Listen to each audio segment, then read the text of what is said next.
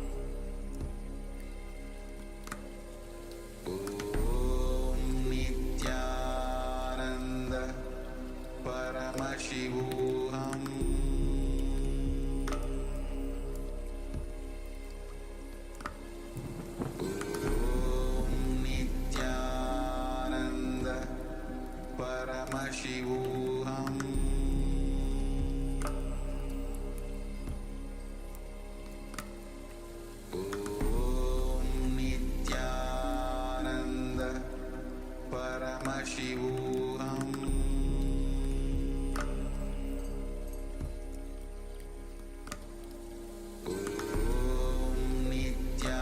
Nithyananda Paramashivoham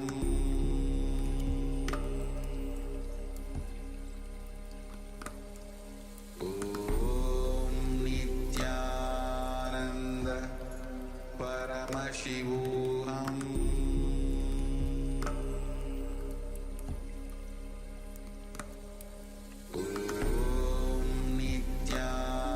Nithyananda Paramashivoham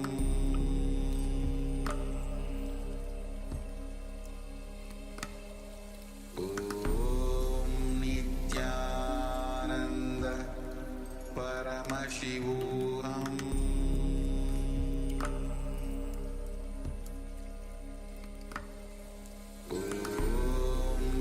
Nithyananda Paramashivoham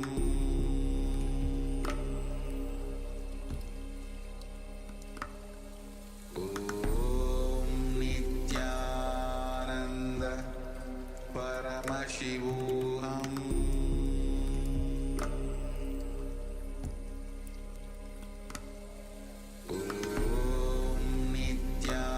Nithyananda Paramashivoham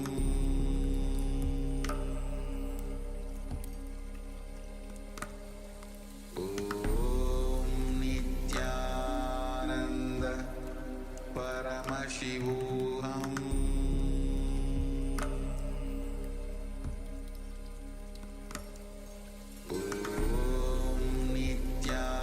Nithyananda Paramashivoham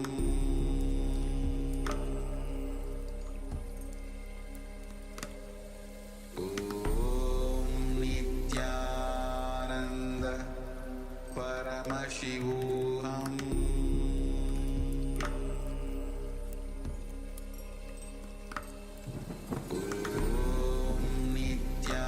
Nithyananda Paramashivoham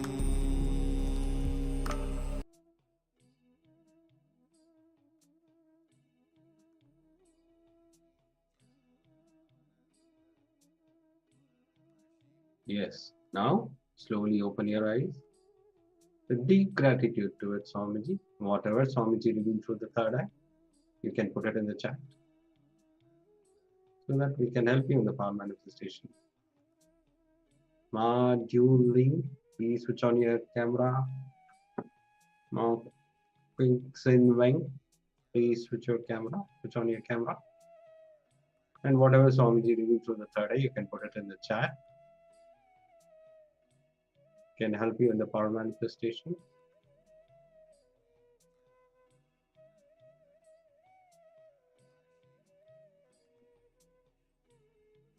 Yes, ma. Dual Ling and Kixin Wing, ma. Are you able to understand, ma, whatever we are telling, or do you need any Chinese translation?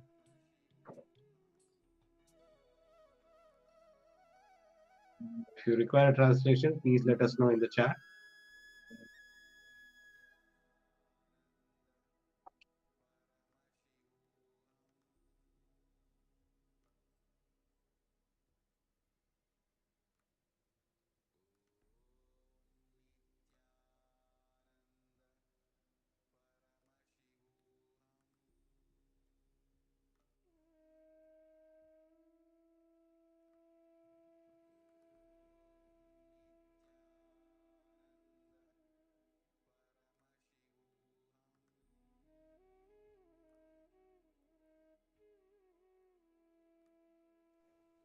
Yes. Now we are going to project the image.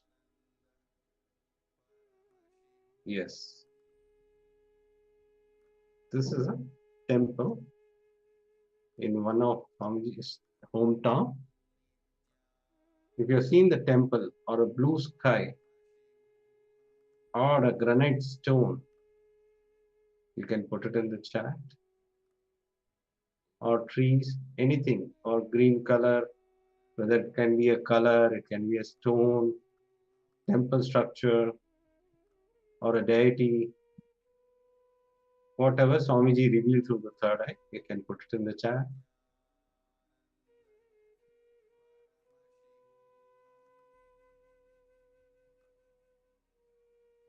Yes, even if you should have got the visualization of any deities, because so many deities are sculptured in the temple tower. Please go ahead and share whatever has been revealed to you.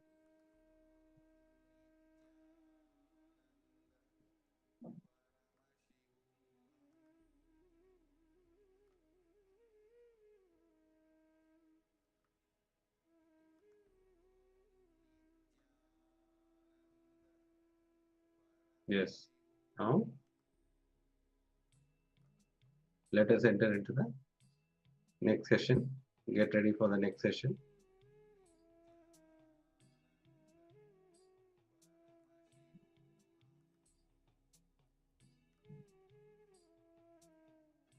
I request all the participants to have your book and pen along with you.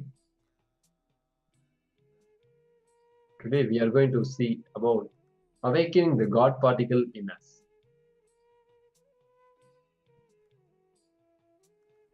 In that first, we are going to look into it about feeling connection with Guru. Guru, the ultimate cosmic gift that each one of us are blessed to have the Guru in our life when Swamiji is there in the physical body to guide us and to take through us through the enlightenment path. So Hinduism is the most ancient and most peaceful, still living and long-lasting demonstrable system that shows the possibility of peaceful coexistence amongst people despite fundamental differences in their preferences and realities. If you see over the last 50 years, the effects of meditation and its significant impact on stress, crime rates, violence, and political decisions making, and even in war, even war in local and global consciousness is well established. So this is what our Hinduism radiates. If you see what is SPH's response to humanity's global problems of poverty, hunger, illiteracy, disease, violence, global warming, and continue the ethnocide and genocide of over 80 million Hindus worldwide since 7th century is the revival of Hindu knowledge transition system. We can say the revival of Kailasa is to stop this whole thing, the whole atrocities and attacks happening on Hinduism. Kailasa is the only nation, only Hindu nation which stands for all 2 billion Hindus.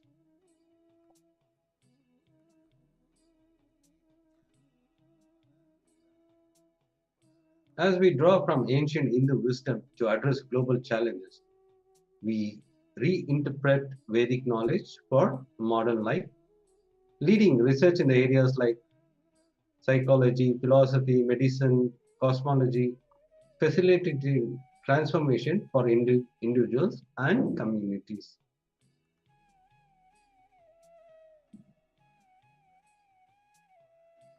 The most complex and simple approach to learning in Hindu education system starts with beautiful mantra. The mantra is uncomparable. The prayer mantra, Om Sahana Vahatu Sahana Bhaktu Sahaviryam Karavayi Tejasvi Navaditmastu.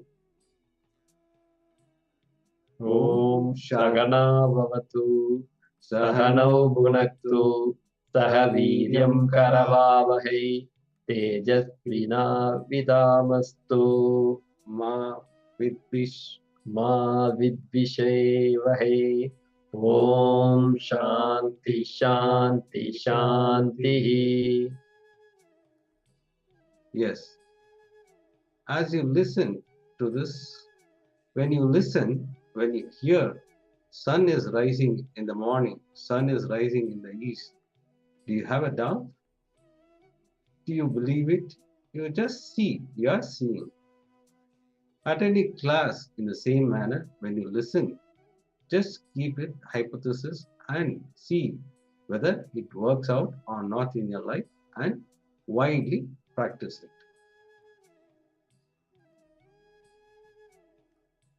As the living representative of the unbroken oldest Guru Parampara from Paramashiva himself, I offer my devotees integrity, respect, commitment to that Guru Parampara first.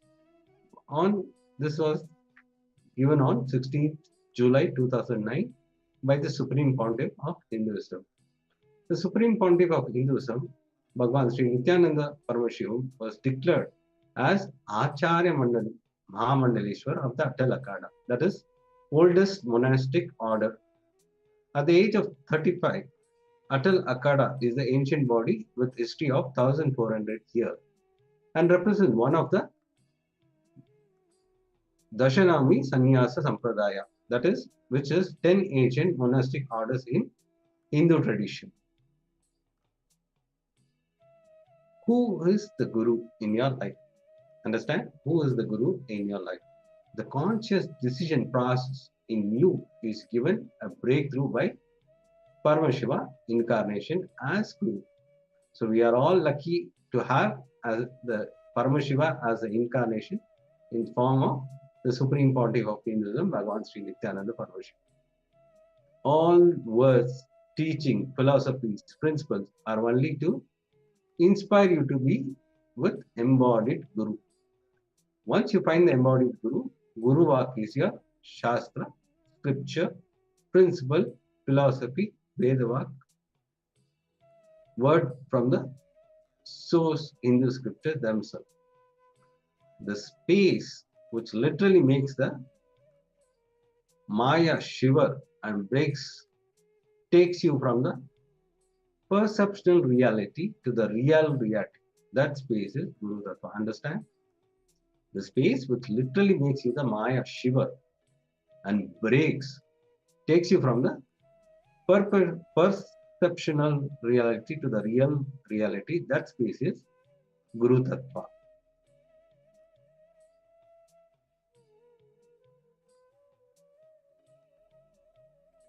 Yes. Now, I'll see the beautiful verse from the Guru Gita. The Guru Gita is the Paramashiva's direct revelations on the Guru. In Guru Gita, verse 26, it says, Guda Vidya Jagan Maya Deheche Agnana Sambhava Swaprakasham Guru Shabdena Katyate. It means, the translation goes, the hidden ignorance, the worldly illusion, and the body are all caused by the ignorance. Understand? The hidden ignorance, the worldly illusion, and the body are all caused by the ignorance, the absence of the sacred knowledge, by whose grace one attains the direct experiential knowledge and sacred cognition of self, that is Vijnana. He is known by the name Guru. This is Paramashiva's direct revelation on the Guru. Understand?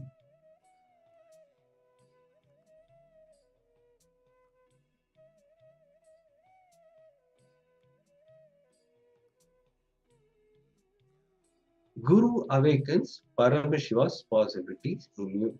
Always, this is the actual reality. The Supreme Pontiff of Hinduism always says this. I am here not to prove I am Paramashiva. I am here to prove you are Paramashiva. So all the times we keep on repeatedly saying, we have listened many times from the SPH. When I awaken your biomemory, all your possibility will be awakened. When I awaken your biomemory, all my possibilities will be awakened. Understand? When I awaken your biomemory, all your possibility will be awakened. When I awaken your bioenergy, all my possibilities will be awakened.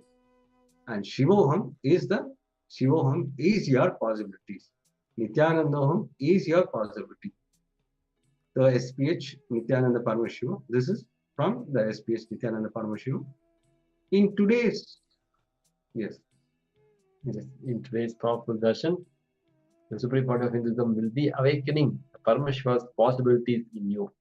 So get ready to awaken your bio-memory and bioenergy, and you will be awakened to Swamiji's possibility. So that is Nithyanandaham. And yeah, let's get ready. And today mostly we'll be having the live darshan. So now itself, please call all your friends and family and invite for the program, Paramashivoham Level 2 program. Please take some time and invite your family, friends, colleagues, everybody to attend this program and tell about this today's darshan also. The special initiation is happening. There's the Kumbh Mela and Paramashiva Sena. The program is going to start soon in USA and in India also. That announcements also going on. So beautiful things are happening, and Kartika Deepam is going to happen in another few days. In 4 days, Kartika Deepam Brahmotsam is happening. And Jayanti festival is coming next. So we have a lot of beautiful things and grand festivals are coming. Let's get ready. Please take some time and call your friends and family to invite for the darshan and for the program. see, understand this whole day is a preparation, so that when Swamiji comes during the darshan, it is to awaken all your possibilities. So today, Shivoham is your possibilities and Nithyanandaham is my possibility. So Swamiji says, Shivoham is your possibilities. Nithyanandaham is my possibilities. So be prepared. So the whole day, attend sincerely. Prepare yourself so that we can enter into the beautiful darshan of Swamiji with satsang, powerful revelation will be revealed during the satsang.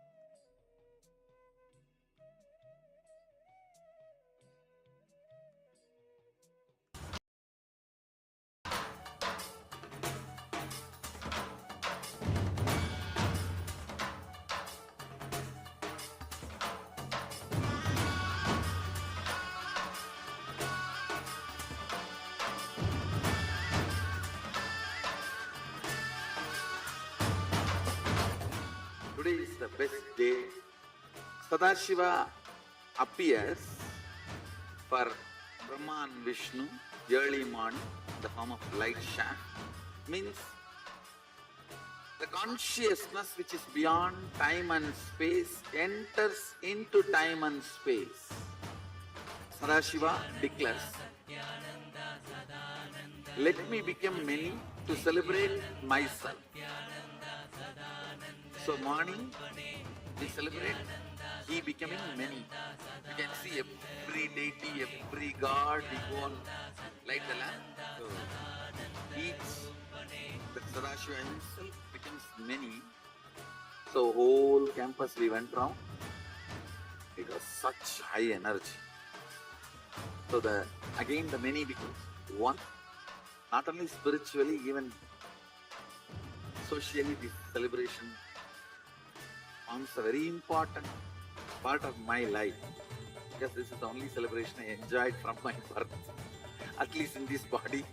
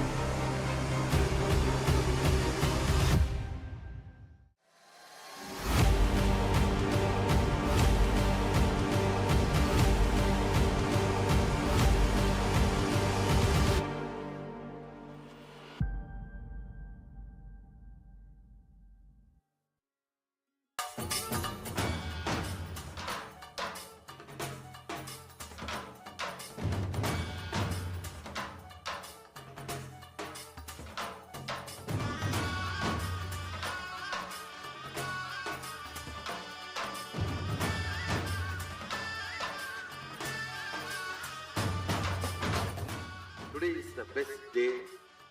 Sadashiva appears for Brahma and Vishnu early morning in the form of light shaft. Means the consciousness which is beyond time and space enters into time and space. Sadashiva declares, let me become many to celebrate myself. So morning we celebrate he becoming many. You can see every deity, every god, we go and light the lamp. So each, the Sadashiva himself becomes many. So whole campus we went round. It was such high energy. So again the many becomes one. Not only spiritually, even socially this celebration forms a very important part of my life, because this is the only celebration I enjoyed from my birth, at least in this body.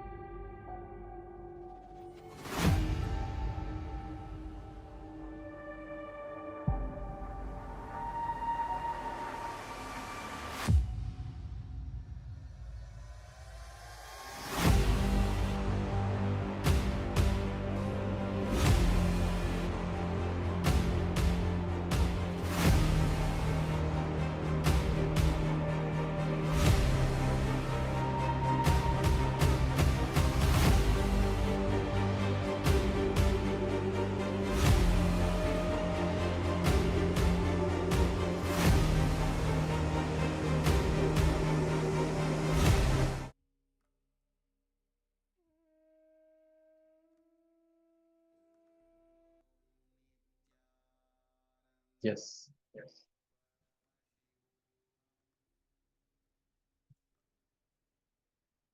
Now, let's enter into the other segments. So, as we discussed in today's darshan, we are going to get blessings to awaken our biomemory and bioenergy. So, now we are going to directly hear from Supreme Pontiff how being in samadhi, it will awaken our bioenergy and biomemory. Please be seated with your head, neck, and spine in a straight line. Just have your book and pen along with you so that we can enter into that. session, Swamiji's session, where Swamiji reveals powerful revelation on awakening the God particle and our ego, how the ego plays, and what all we suffer due to our ego. So let us enter into this session. Get ready. Have your pen and book along with you. Always have this thing so that whatever clicks you get, you pen it down. That will help you in your daily power manifestation as well as all the problems which are facing in your life. This powerful cognition will come up and will help you to solve all your problems. Yes, Nithyananda, Lisa, Ma, welcome for the PSM session. Yes, we have already finished the power manifestation. Now we'll be entering into the Swamiji's satsang.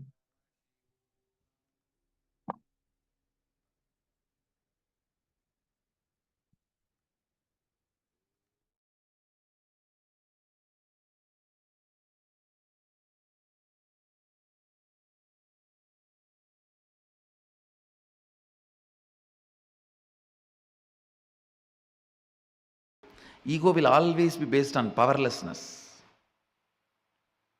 Respect will be always, self-respect will always be based on powerfulness.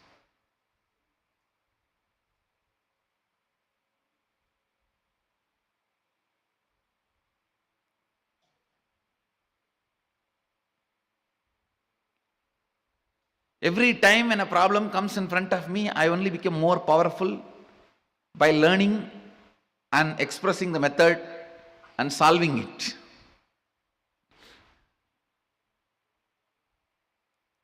Understand? Self-respect for yourself is never an ego.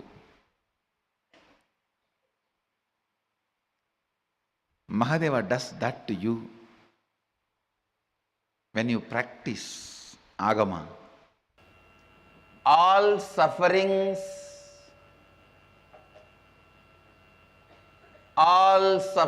when I say all, I mean capital letter ALL. All sufferings is because you forget your identity again and again and again.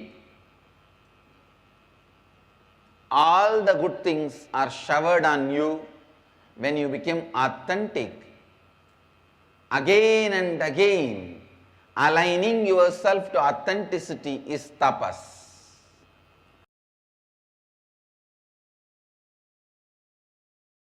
Listen, all your depression, all the feeling of suffocation you have, all the feeling of tortured you have, all the pain you have physically, all the pain you have mentally, everything boils down to one. Listen carefully, boils down to one. That one is fear of losing what you think as you comfortably. Fear of losing your existence. Fear of losing your experience as you. You think this is the way you should exist. And anything threatens that existence, immediately the fear is invoked. And when the fear is invoked, understand, you become cunning fox.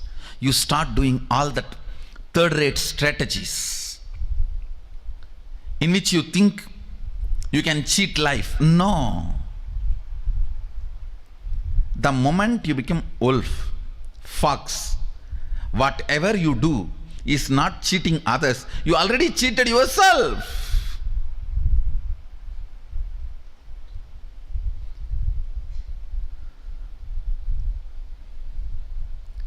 Immortality is the way of existing, means nothing can touch the way you exist.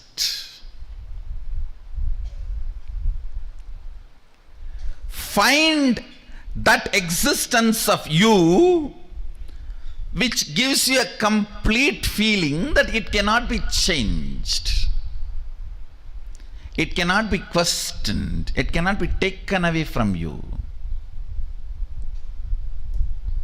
I have seen some of the most selfish human beings. It is all about me in them.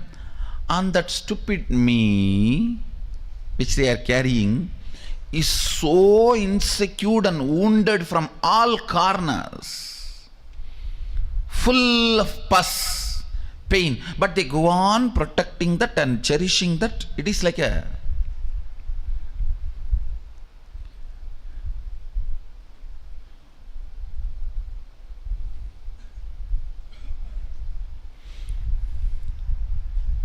you have somebody who came to your house as an orphan.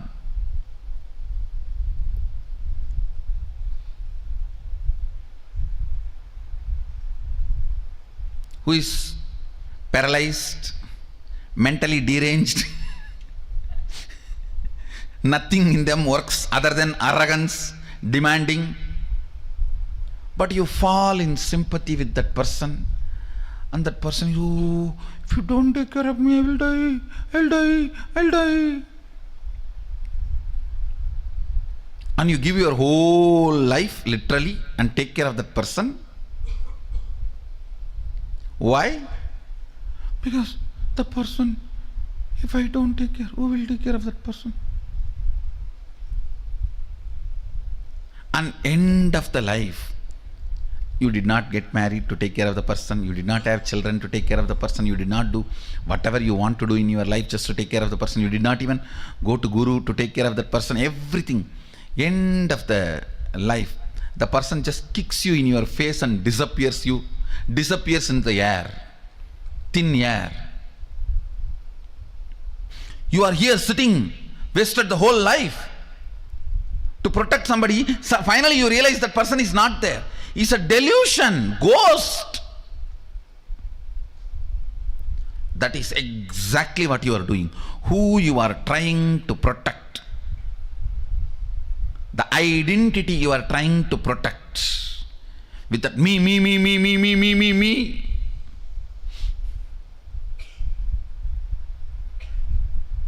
Will suddenly disappear in the thin air after sucking your whole life. And then you will realize, oh God,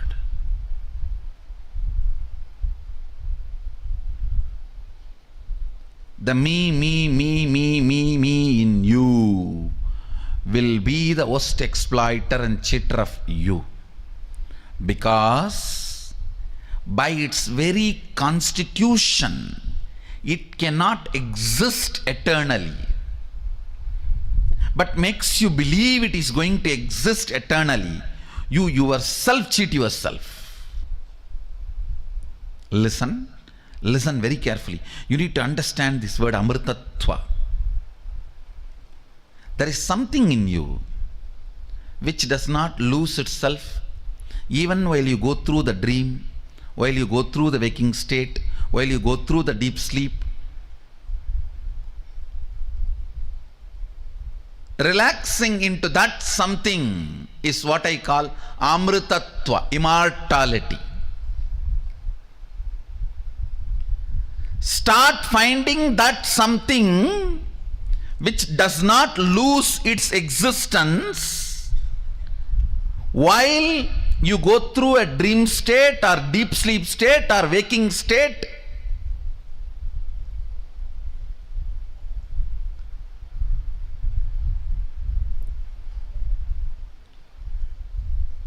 That in which when you relax, you don't feel threatened. You don't feel you have something to lose. You don't feel something is going to be taken away from you. You don't feel something is going to change in you.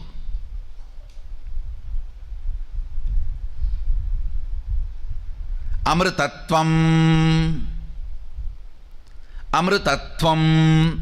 Whether you are a 2-year-old kid or 20-year-old loose or 80-year-old Karabolt or 99-year-old about to go get visa, whoever you are, the first priority for you should be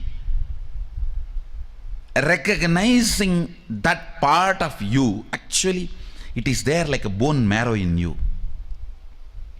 That part of you, see, like how skin, then blood, then bone, and then bone marrow, how the structure of the body. Same way, your ordinary confusions, your ordinary attachments, then your ordinary fears.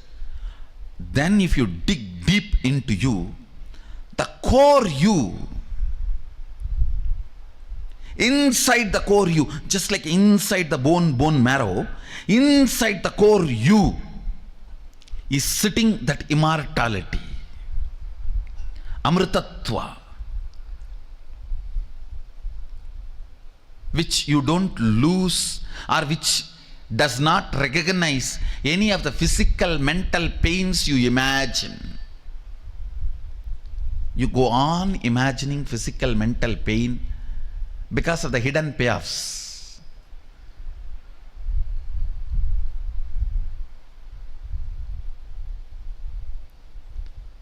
Because of the immature cognitions.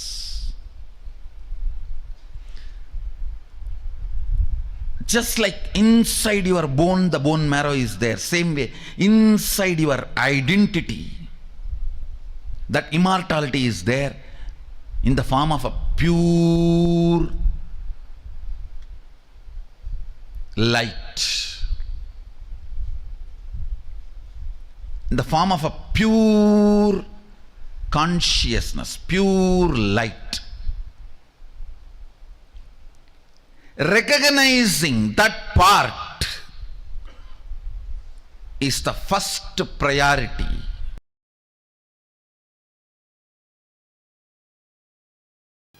The relationship you share with both your mamakara and ahamkara is directly connected to your brow center.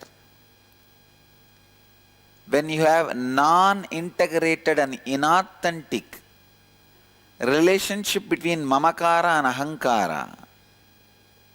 For example, in mamakara you feel you are covered, frightened, no courage, and in ahankara you show courageous, powerful, direct inauthentic, direct non-integrated. Then your ajna collapses. Having integrity and authenticity with mamakara and ahankara, your ajna flowers. Unfortunately, almost all human beings have inauthenticity with both mamakara and ahankara. How many of you feel you have inauthenticity with your ahankara and mamakara? I think I should ask in the other way. How many of you feel you don't have inauthenticity? No, you cannot be. If you have, come on, I have a place for you here. This whole second row you can fill. Or I'll even empty this line, you sit there.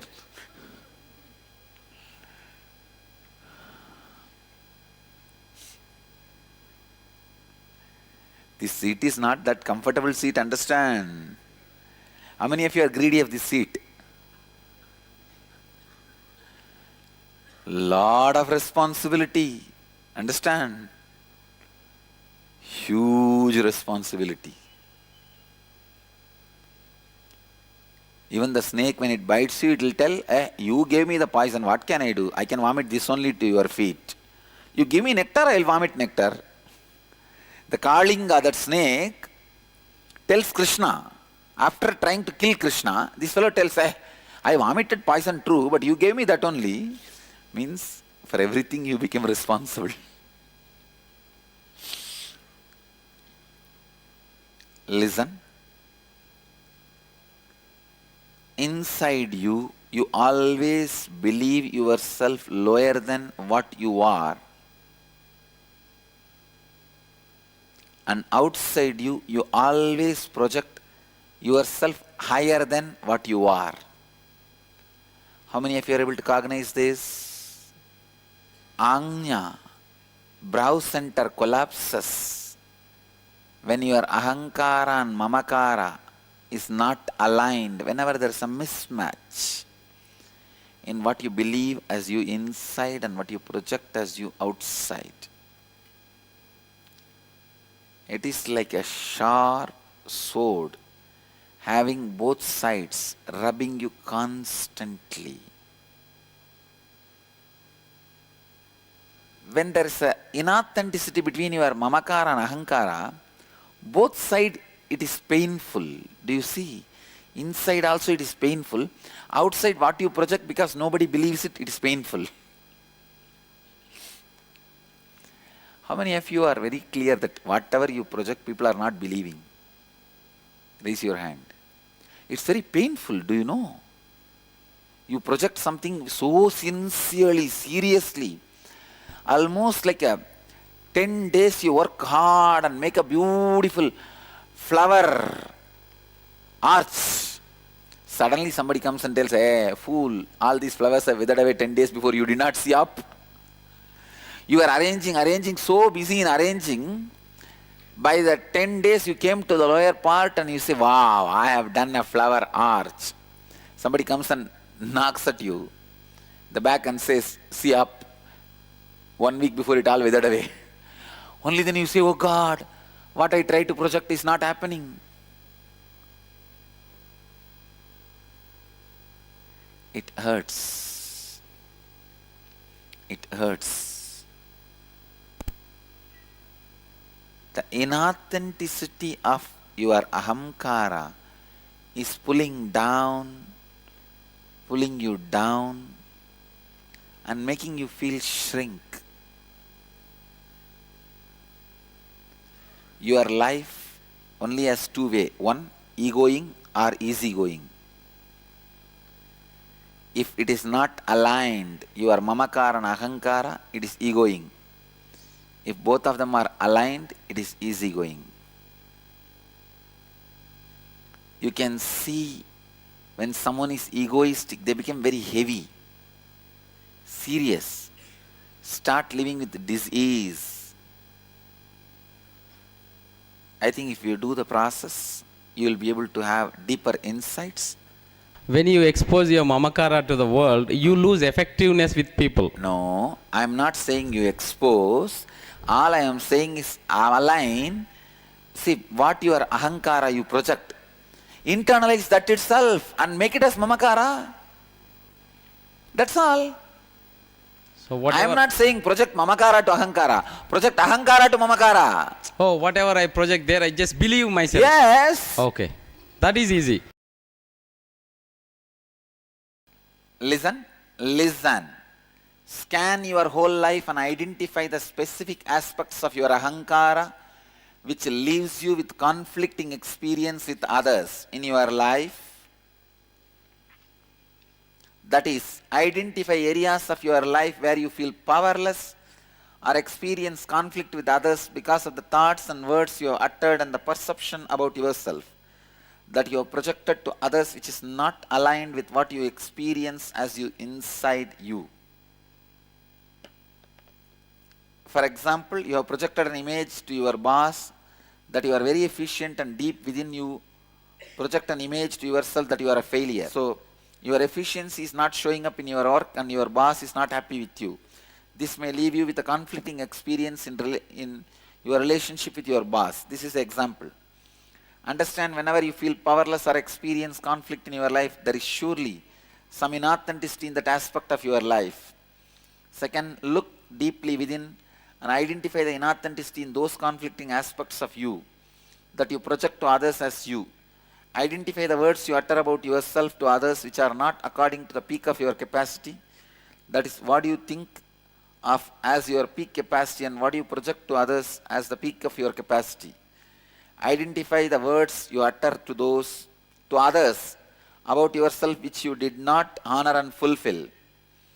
Now restore integrity and authenticity in those aspects of your life.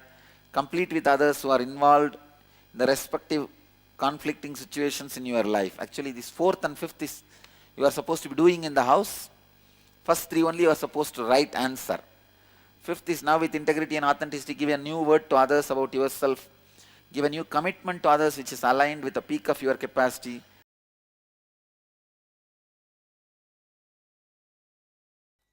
Having tolerance and patience is different. Compromising is different. Compromising means you should not come down from your spiritual cognizance. The way you make decisions, the way you think, the spiritual cognitive shift you experienced, that should not be compromised. Don't come down from that. Add little more tolerance. Try to turn blind eye for some problems. That is allowed. Out of compassion, you can just turn your eyes the other side. But you yourself should not bend, should not come down from the way you take decisions.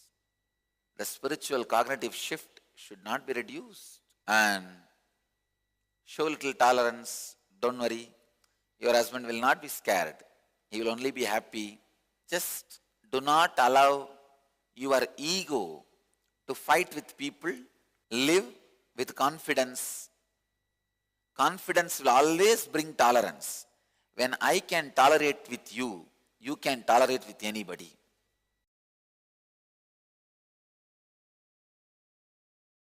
The first question today is from Nathan Myers, who's saying, Dear Great Master, will you please give us the best way to renounce the breath of the human body so we may transcend the ego and release all attachment to the mind and body? Thank you for your highest teaching. Exhaling is renunciation of the breath you inhaled. Inhaling is the renunciation of death you are retaining in your body.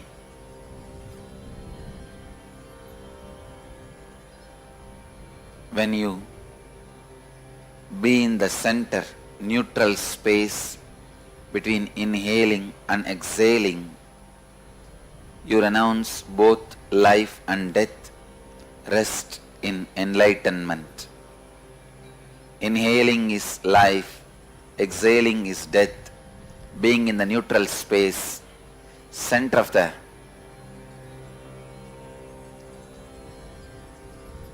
inhaling and exhaling is enlightenment, samadhi space. Try continuously to be in the neutral space. That's the way you become enlightened. That's the way you will radiate enlightenment.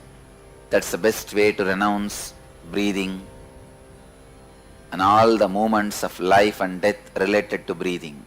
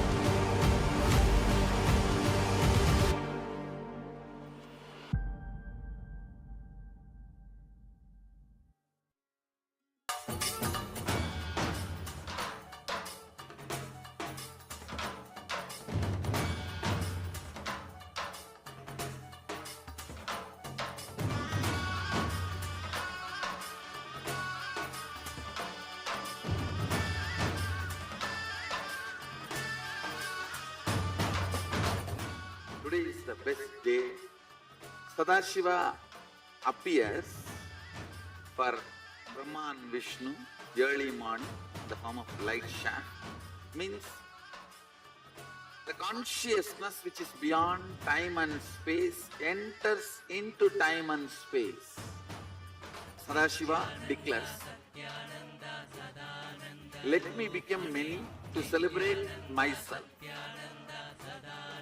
So morning we celebrate he becoming many. You can see every deity, every god, we go on light the lamp.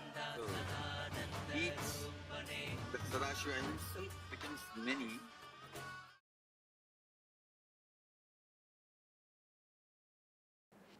Actually today I wanted to work on perpetual completion. Understand? Perpetual completion means ability to sit in the completion continuously without tiredness, boredom, without any incompletion able to move you. Without tiredness, boredom, without any incompletion able to move you. It is like a sit. Whenever incompletions comes up, relive and drop the incompletion. Again, just sit. The space of completion. It will almost look like the initial level, the person who has a diarrhea, how he runs to the restroom and comes back. And in next 5 minutes again he runs to the restroom and comes back. Again he runs to the restroom and comes back. In the initial it will look like that only. But in few minutes it will settle down. It may look like a wrong analogy. You can sit with open eyes or closed eyes. But you can't engage yourself in unconscious slumber, means sleeping. You can't engage yourself in just getting lost in the flow of thoughts. No. You will only sit in the space of complete completion. I am going to be here continuously encouraging you and guiding you. Listen. Listen to the instruction. You don't need to keep your eyes closed or eyes open. It's up to you. You want to keep your eyes open, keep it open. If you want to keep your eyes closed, keep it closed. It's up to you. But no thought current inside. You will sit in the space of completion. Any thought comes up is an incompletion. Then see the source. Why that thought? Feeling agitated, feeling irritated, feeling tired, feeling bored. Why that thought? See the source. When you started developing the same thought trend, relive, complete, relieve, come back to completion. How many of you understand the process? Shall we start? It will not be difficult, I tell you. Very easy it will be. Only first 10 thought you have to do completion, and then after that it is just a simple decision, you will be in the space of completion. That is all. Permanent pain is nothing but every individual separate thoughts continuously coming. There is no permanent, continuous. Broken leg, every thought. I have had a hand fracture. Every thought of pain is continuous, not permanent. You can look in what mind says pain, from where that thought trend of pain is developing, how I am developing, look in. When you started developing, just see that thought trend and complete, relive. You will see it disappears. So thought will crash the thought and you will be thoughtless. Understand?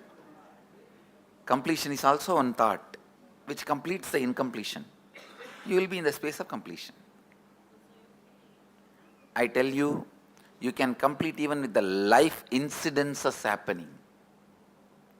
For example, if you are continuously abused, decide I am completing with this pattern. You will see suddenly, you will stop attracting the people who are abusing you. Your life incidents can be completed. What you are talking about, small pains.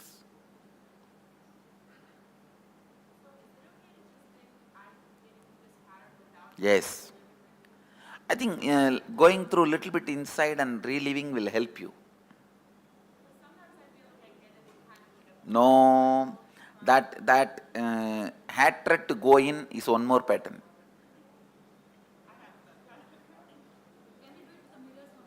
Yes. You can use anything you want. Just come back to completion, that's all. You can. Everything in this session I am trying to teach you is completion is your simple decision.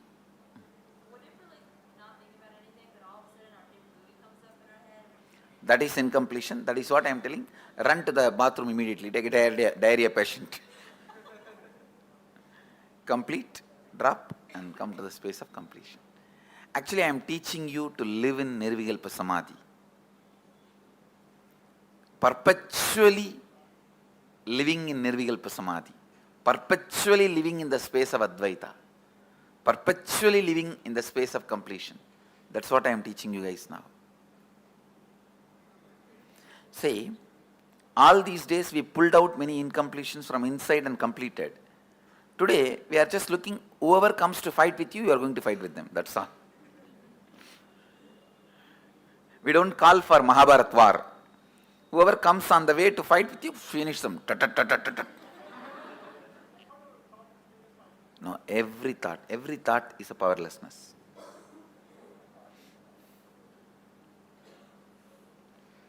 Shall we start? Yes. You don't need to close your eyes or tie the ribbon. Just sit. If you want to close your eyes, you can close. If you want, you can pick up your mirror. Let's start.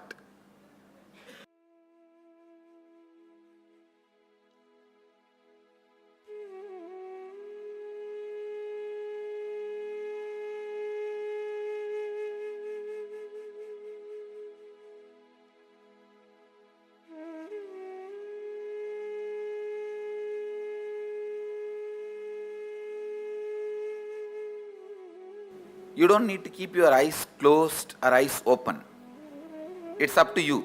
You want to keep your eyes open, keep it open. If you want to keep your eyes closed, keep it closed. It's up to you. But no thought current inside. You will sit in the space of completion. Any thought comes up is an incompletion. Then see the source.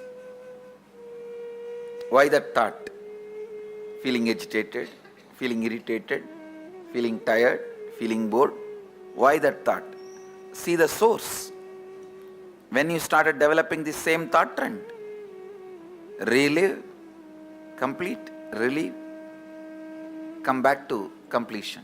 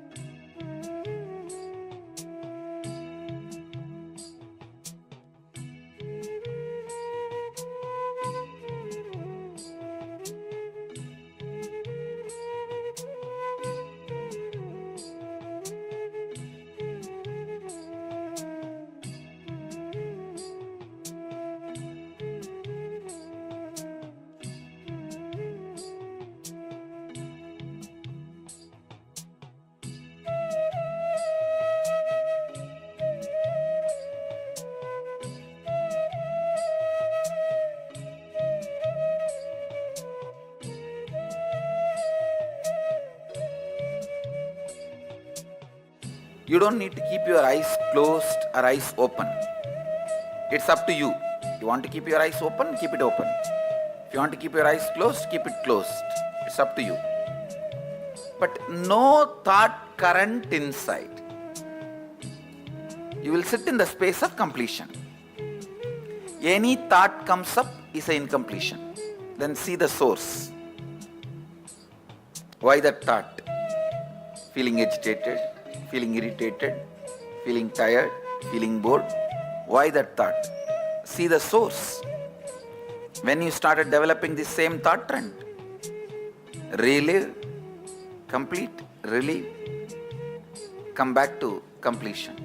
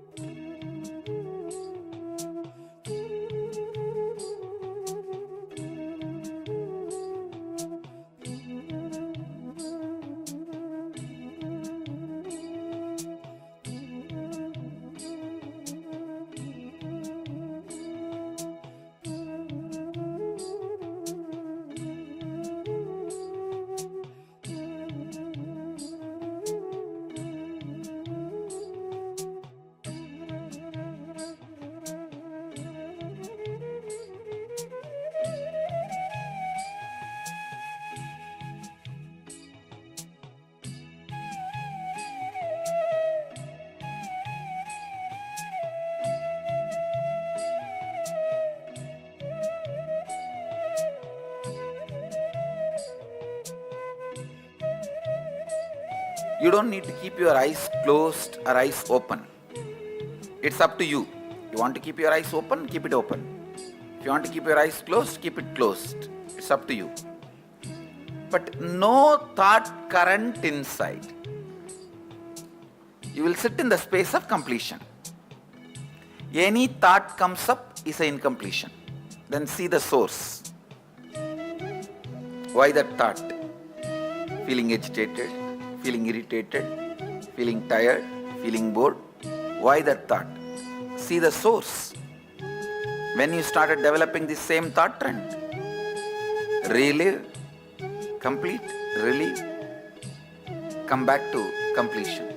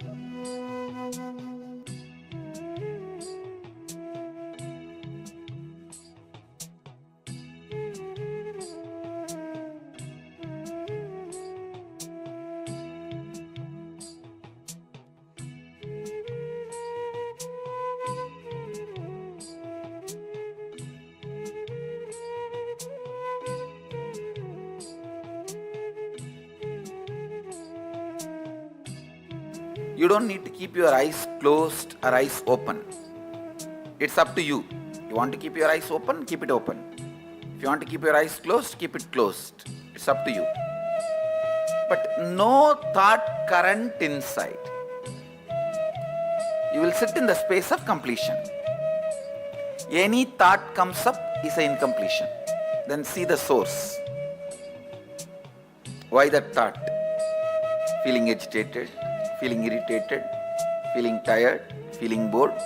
Why that thought? See the source.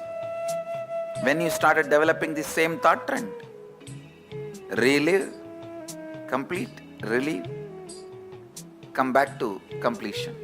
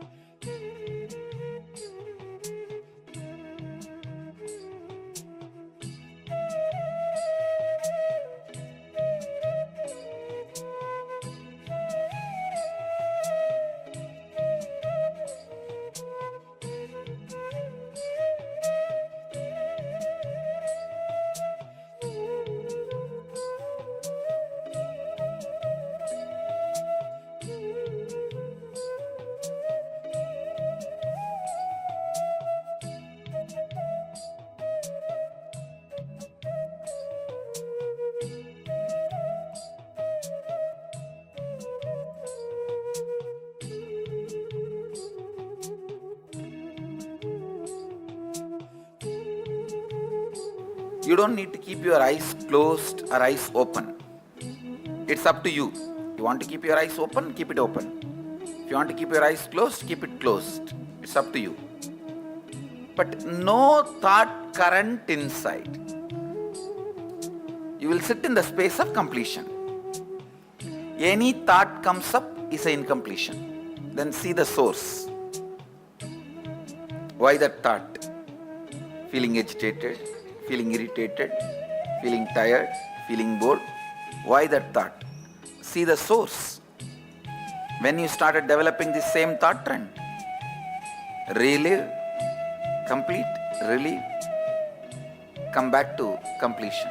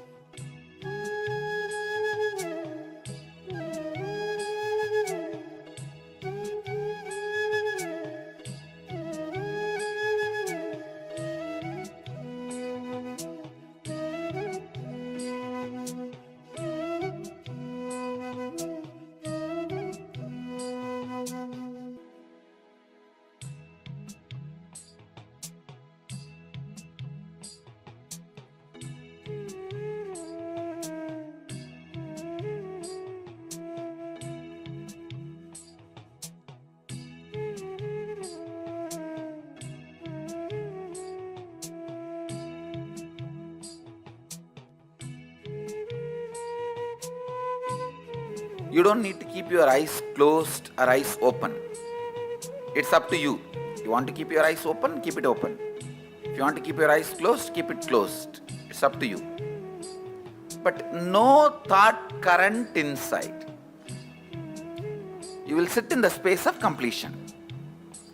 Any thought comes up is an incompletion. Then see the source. Why that thought? Feeling agitated, feeling irritated, feeling tired, feeling bored. Why that thought? See the source.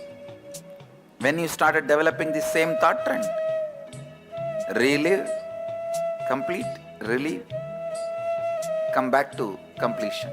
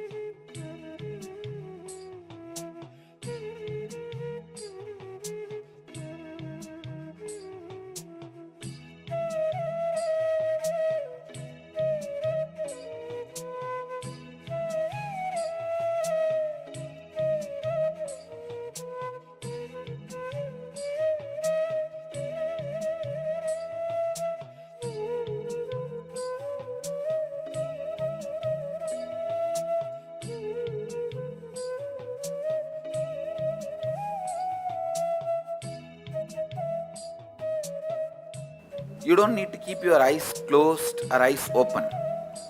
It's up to you. You want to keep your eyes open, keep it open.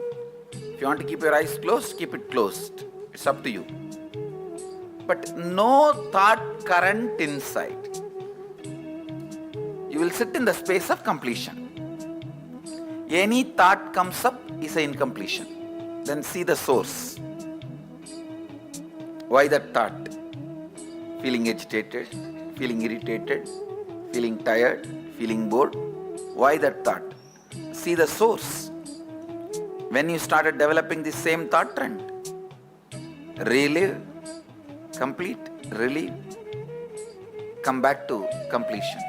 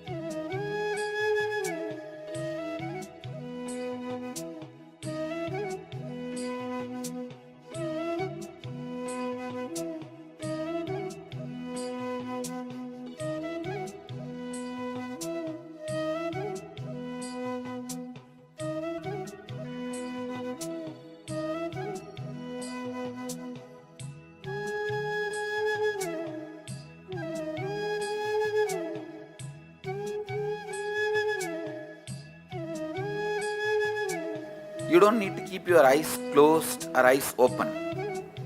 It's up to you. You want to keep your eyes open, keep it open. If you want to keep your eyes closed, keep it closed. It's up to you. But no thought current inside. You will sit in the space of completion. Any thought comes up is an incompletion. Then see the source. Why that thought? Feeling agitated, feeling irritated, feeling tired, feeling bored. Why that thought? See the source. When you started developing the same thought trend, relive, complete, relieve, come back to completion.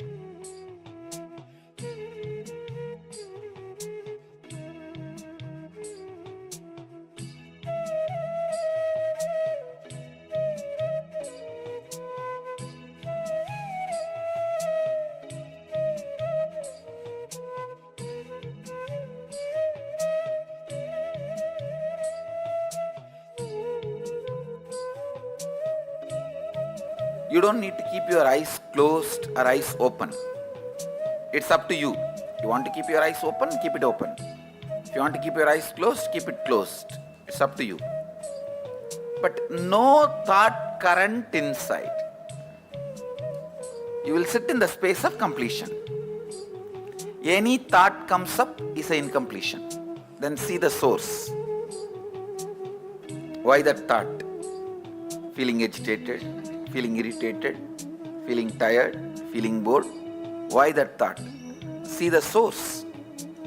When you started developing the same thought trend, relive, complete, relieve, come back to completion.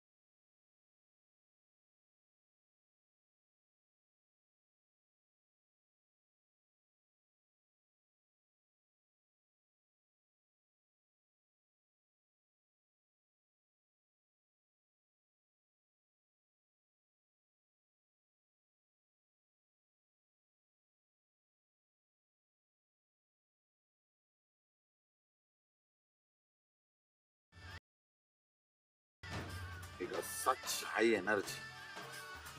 So the many becomes one, not only spiritually, even socially, this celebration forms a very important part of my life, because this is the only celebration I enjoyed from my birth. at least in this body.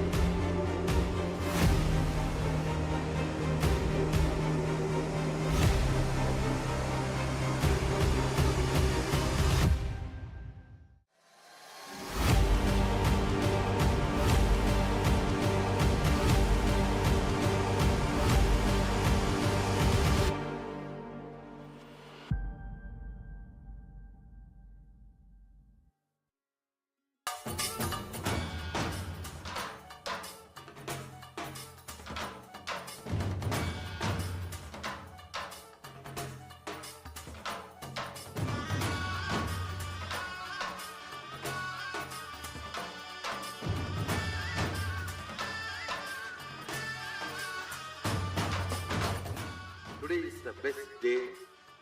Sadashiva appears for Brahma and Vishnu early morning in the form of light shaft. Means the consciousness which is beyond time and space enters into time and space. Sadashiva declares, let me become many to celebrate myself. So morning we celebrate he becoming many. You can see every deity, every god, we go and light the lamp. So each, the Sadashiva himself becomes many. So whole campus we went round. It was such high energy. So again the many becomes one. Not only spiritually, even socially this celebration forms a very important part of my life, because this is the only celebration I enjoyed from my birth, at least in this body.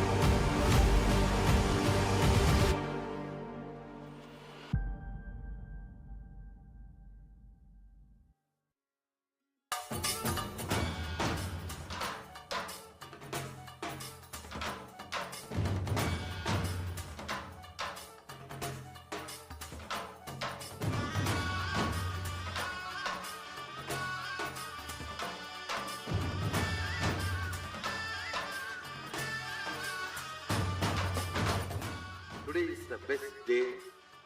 Sadashiva appears for Brahma and Vishnu early morning in the form of light shaft. Means The consciousness which is beyond time and space enters into time and space. Sadashiva declares, let me become many to celebrate myself. So morning we celebrate he becoming many. You can see every deity, every god, we go on light the lamp. So each, the Sadashiva himself becomes many. So whole campus we went round. It was such high energy. So again the many becomes one. Not only spiritually, even socially, this celebration forms a very important part of my life, because this is the only celebration I enjoyed from my birth, at least in this body.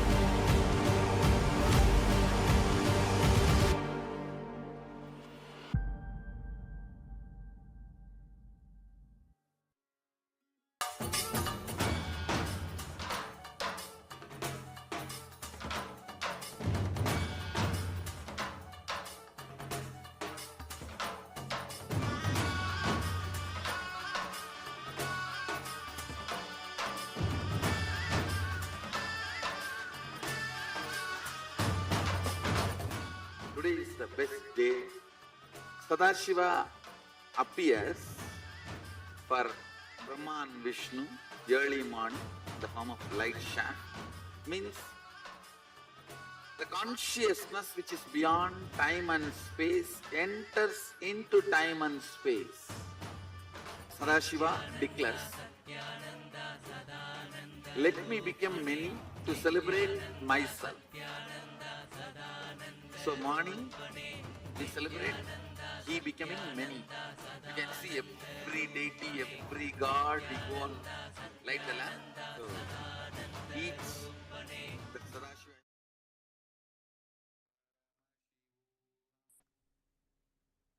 Yes. Now, let us enter into the internalization. I request all the participants to have the book and pen along with you. So today we'll be looking at freedom from body and mind. Ego will always based on powerlessness. Understand? Ego will be always based on powerlessness. Respect always be based on self-respect, will be always be based on powerfulness. Understand this? Ego will be always based on powerlessness. Respect always will be based on powerfulness. Understand? Self-respect for yourself is never ego.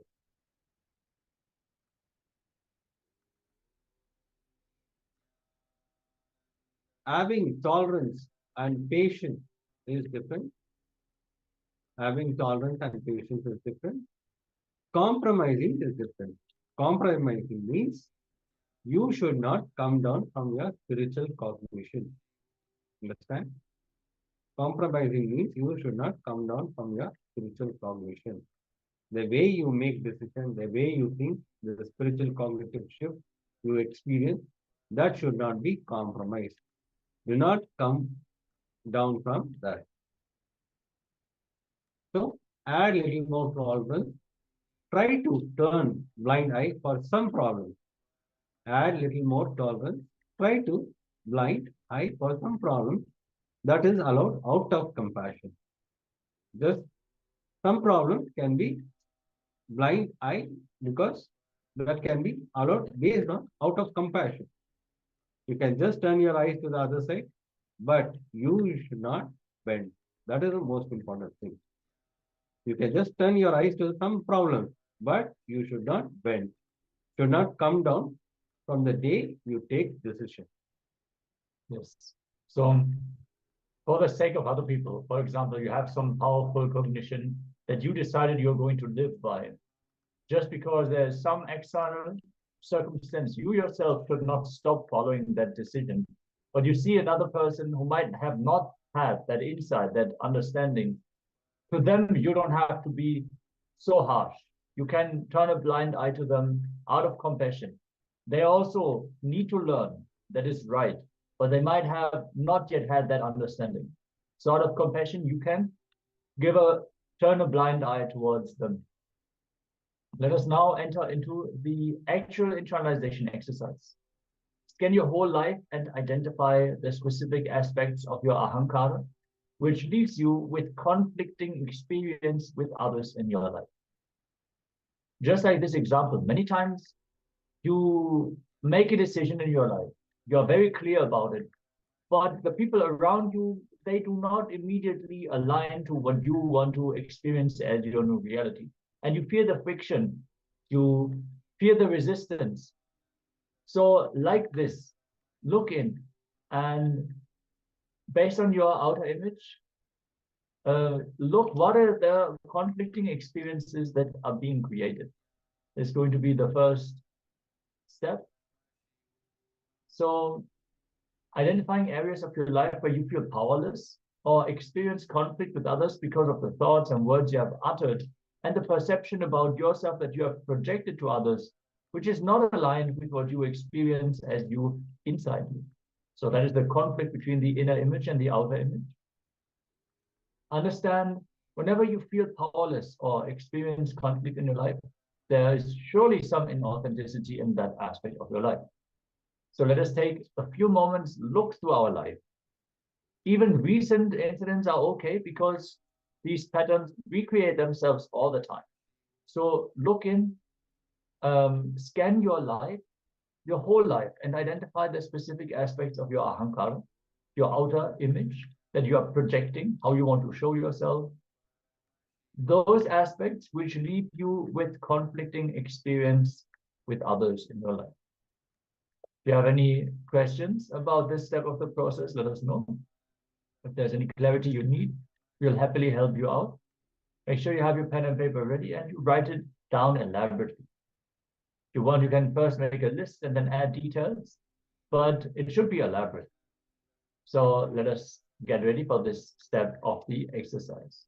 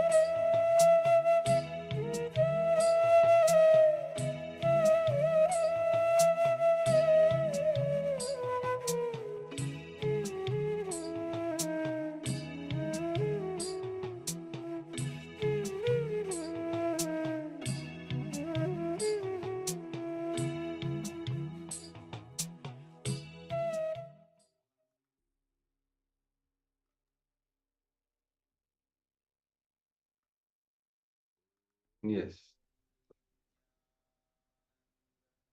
Now we will enter into the step 2. Here you are going to look deeply within and identify the inauthenticity in those conflicting aspects of you that you project to others as you. So here you are going to identify the inauthenticity in those conflicting aspects of you that you project to others as you. Yes, take a few moments and look into these incidents wherever you feel you're projecting some inauthenticity. So that means you have a higher potential and you know that you have a higher potential. But on the outside, you show something which is less. You show, I'm not able to do this. You're projecting yourself as you, as lower. For others to think that you're not able to do this, maybe you just don't feel like doing it, or you yourself are convinced. But if you look in closely, you will see that these are inauthenticities. So let us take a few moments, hand down elaborately. And if you have any questions, let us know so we can help you in this exercise. So for an example, I can give you, like you are in an office, so you have a department's work, you know they have shifted to some other department, you are qualified for it, but you ignore because of you don't want to take that responsibility. So that is where you stop you stop yourself. So because you don't want to take the responsibility, you just say no, I don't know how to do this, but there are ways to learn and do it, but we simply stop ourselves from taking the responsibility. So you can pen down all this.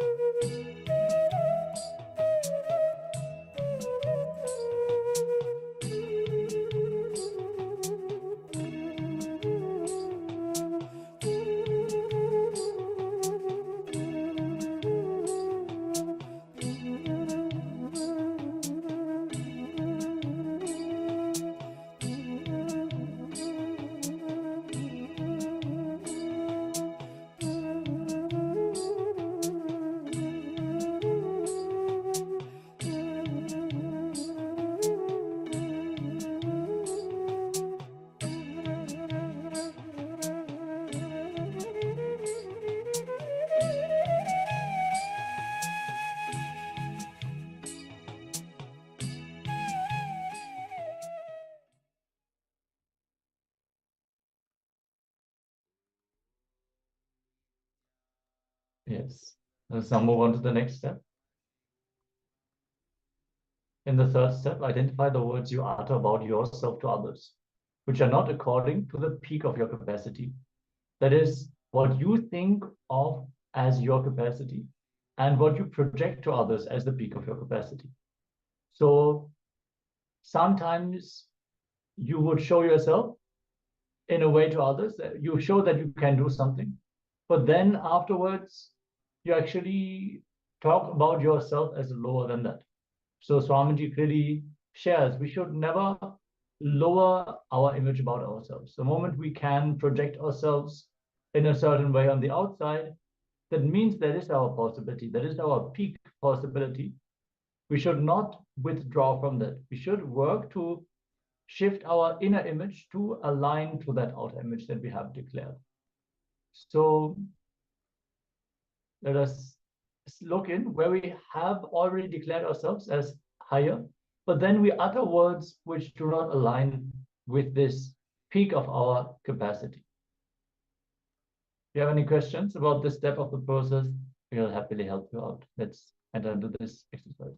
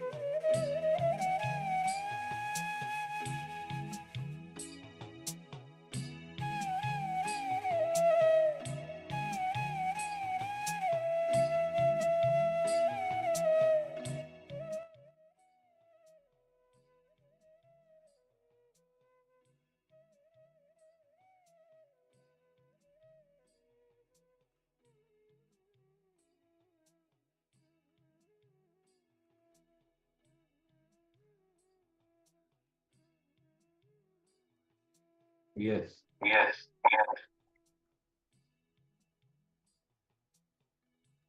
Now, let's enter into the step 4. Here, you are going to identify the words you utter to others about yourself, which you did not honor and fulfill. Here, you are going to identify the words you utter to others about yourself, which you did not honor and fulfill. Now, you are going to restore integrity and authenticity in those aspects of your life. For an example, if you actually, you said you'll be working on this for a project, but you didn't fulfill that.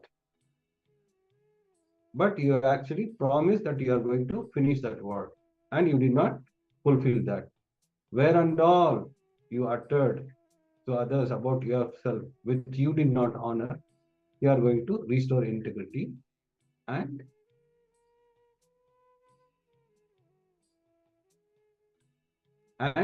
restore integrity and authenticity in those aspects of your life.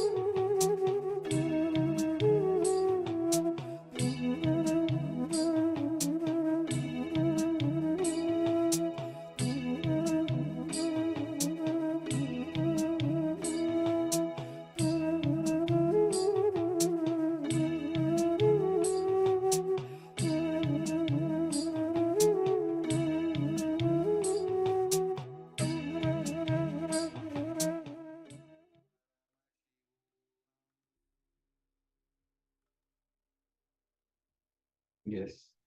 Now, if you have completed, let's enter into the power manifestation session. Yes, today we're manifesting the power of Sarvanyatva. Literally all knowingness. So in this power manifestation, we are going to project, we're going to have a page of a book open, and we're going to give you the page number for you to scan. So the power of Sarvanyatva is such that you can retrieve any information, can receive the answer to any question. And for example, we are going to have book pages. So we're going to tell you the name of the book and the page number. And you're going to use your third eye and find out what is the content of that page of the book.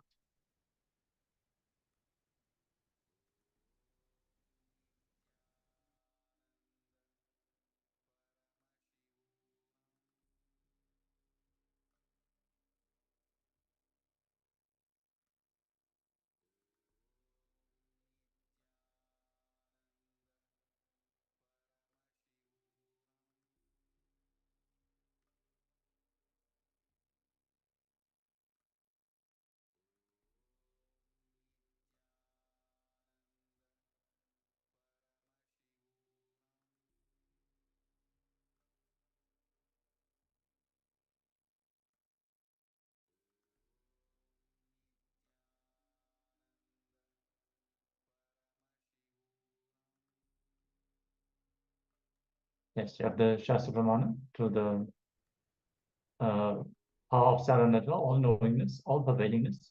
From the Spanda Karika, section 3, Vibhuti Spanda Sutra 3.7.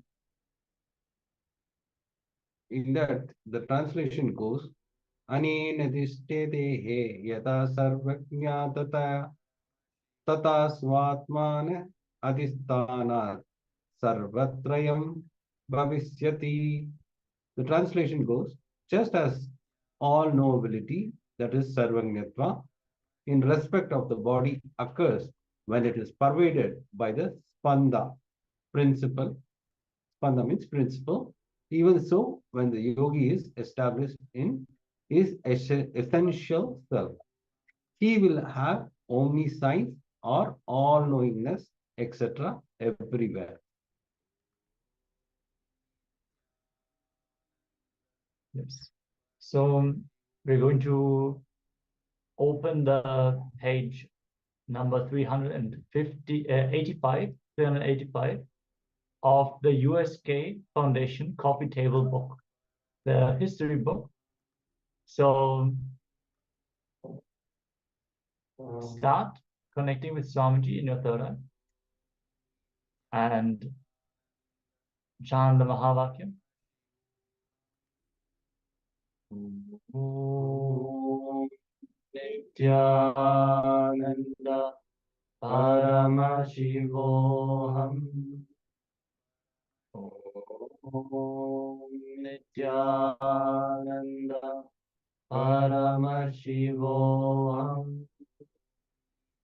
Om Nithyananda Paramashivoham.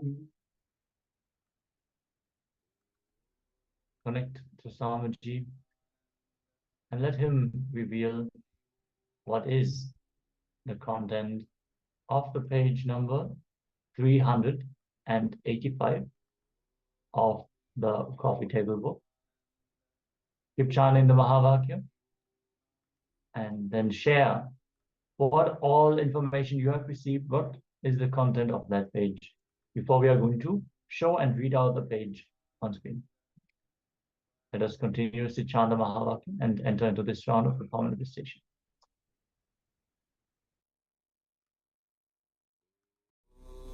Nithyananda Paramashivoham.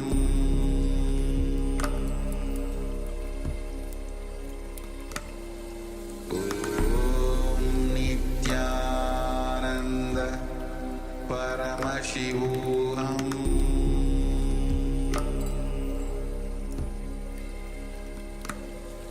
Om Nithyananda Paramashivoham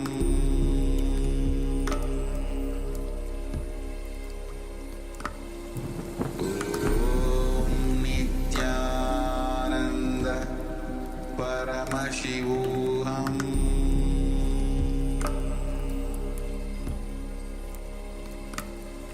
Om Nithyananda Paramashivoham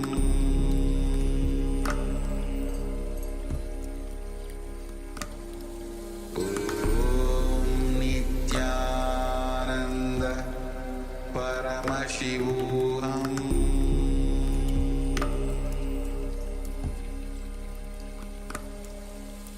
Om Nithyananda Paramashivoham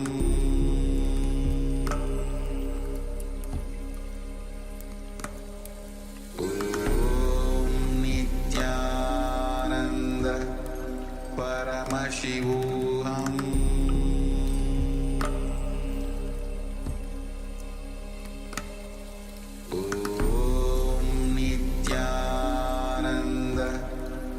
Paramashivoham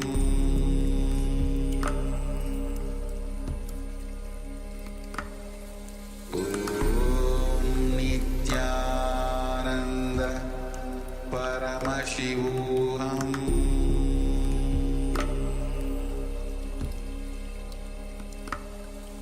Om Nithyananda Paramashivoham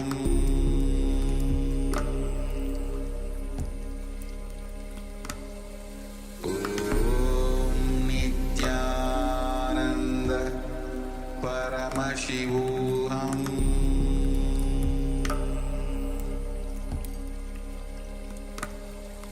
Om Nithyananda Paramashivoham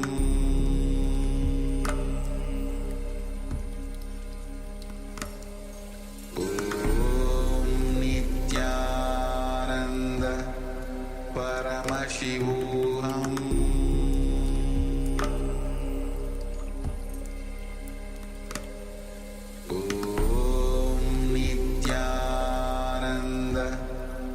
Paramashivoham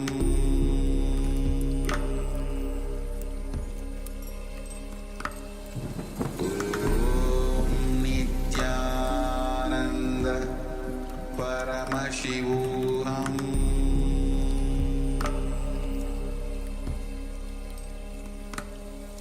Om Nithyananda Paramashivoham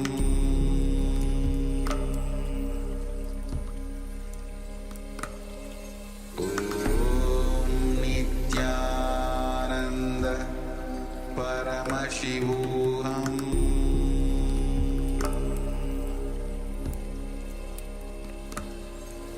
Om Nithyananda Paramashivoham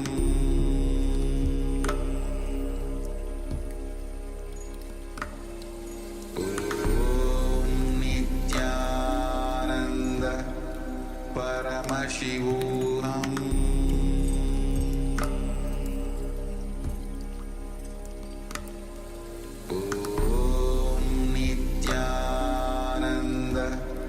Paramashivoham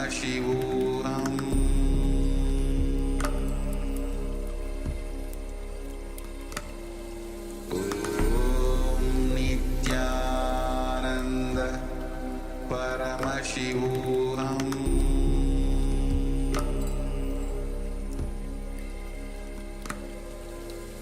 Om Nithyananda Paramashivoham